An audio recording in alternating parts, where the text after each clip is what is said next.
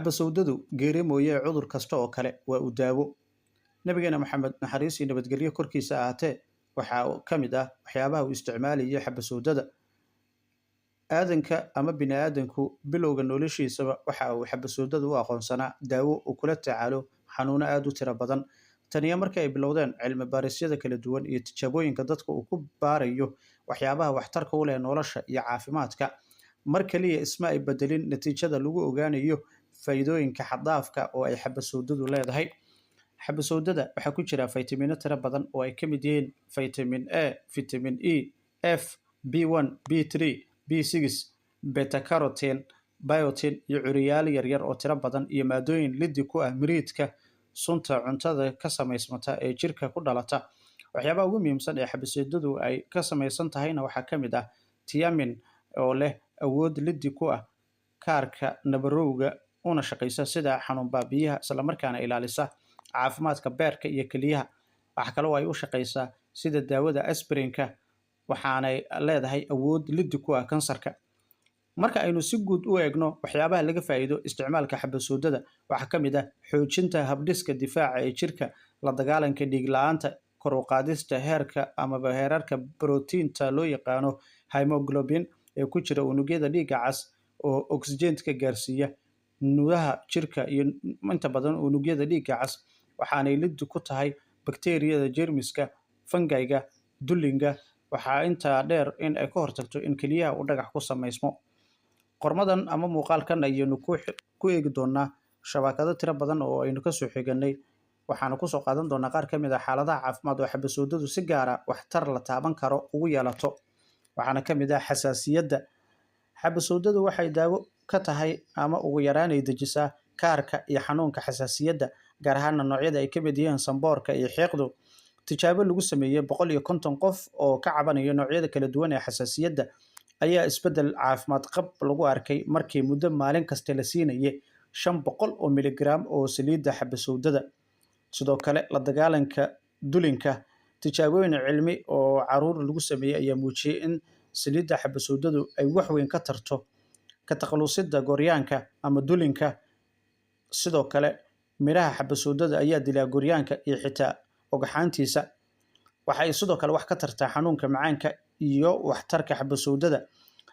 Haddaba xabasowdadu waxay yareysaa raadka xaaladda dadka macaanka qaba ee lagu arko ee afka qaraad lagu yiraahdo oxidative stress, oo ah in jirka uu lumiyo awoodda uu lahaa isu dheelitirka miriidka jirka markaasi ku samaysmanayo iyo liddiga miriidka sunta. Waxaa kaloo ay xabasowdadu ilaalisaa badiqabka unugyada ganaca oo uu macaanku halis geliyo. Sidoo kale saliidda xabasowdadu waxay hoos u dhigtaa heerarka glucose-ta ee mindhicirrada iyadoo korna u qaadda insulinta uu jirka soo saarayo.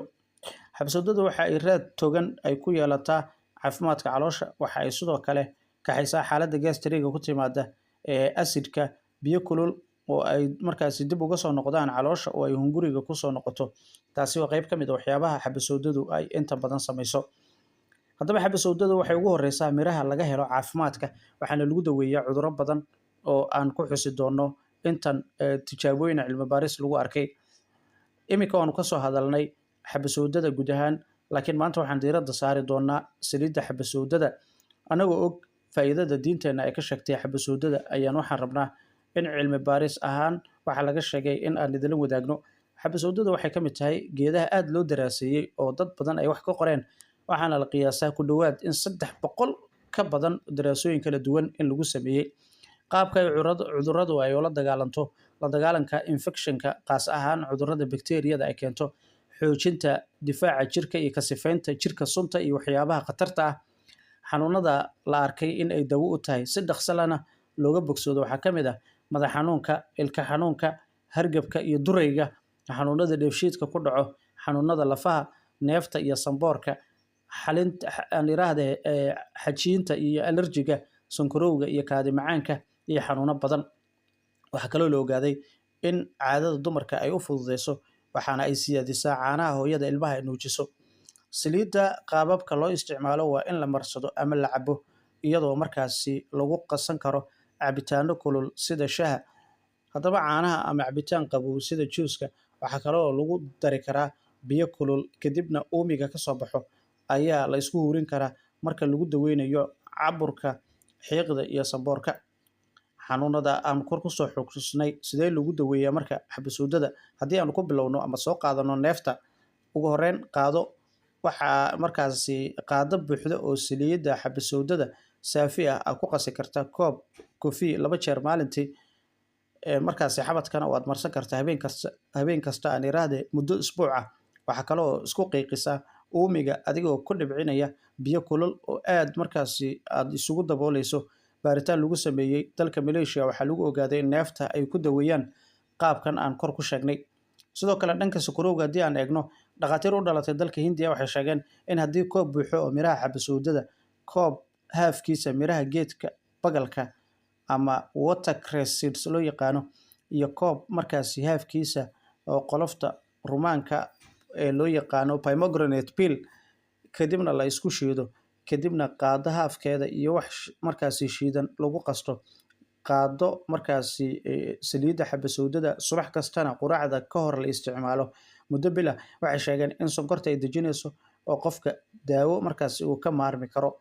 Sanboorka iyo caburka aan iraahdo ama caburka waxaa dadku ay inta badan ka faa'iidaan iyagoo isku oominaya ama isku qiiqinaya saliidda xabasuudada, adigoo markaasi ku dhibcinaya biyo aad u diiran kadibna isku daboolayo ilaa aad si fiican markaasi ugu neefsatid. Madax xanuunkana, madaxa, foolka iyo dhinacyada oo lagu daliigo saliidda xabasuudada waxaa la ogaaday inuu u roon yahay madax xanuunka loo yaqaano migraine-ka iyo madax xanuunada kale. Murqa xanuunka sidoo kale waxaa leeyahay murqa xanuunka dadka qaar oo ay isku daliigaan oo ay isku masaajeeyaan. Waxaa ku daliigaysaa meesha laga hayo muddo 5 daqiiqo.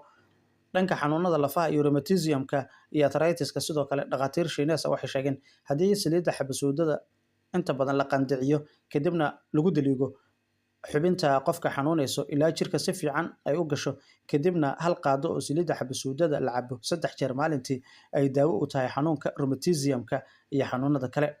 Ilkaha iyo ciridka xanuunka, miraha xabasuudada oo lagu kariyo khalka ama vinegar, kadibna markaasi inta badan ay qofku ku daro saliidda xabasuudada subax kastana uu ku cadaysto iyadoo markaasi cajiin camal ah loo isticmaalayo.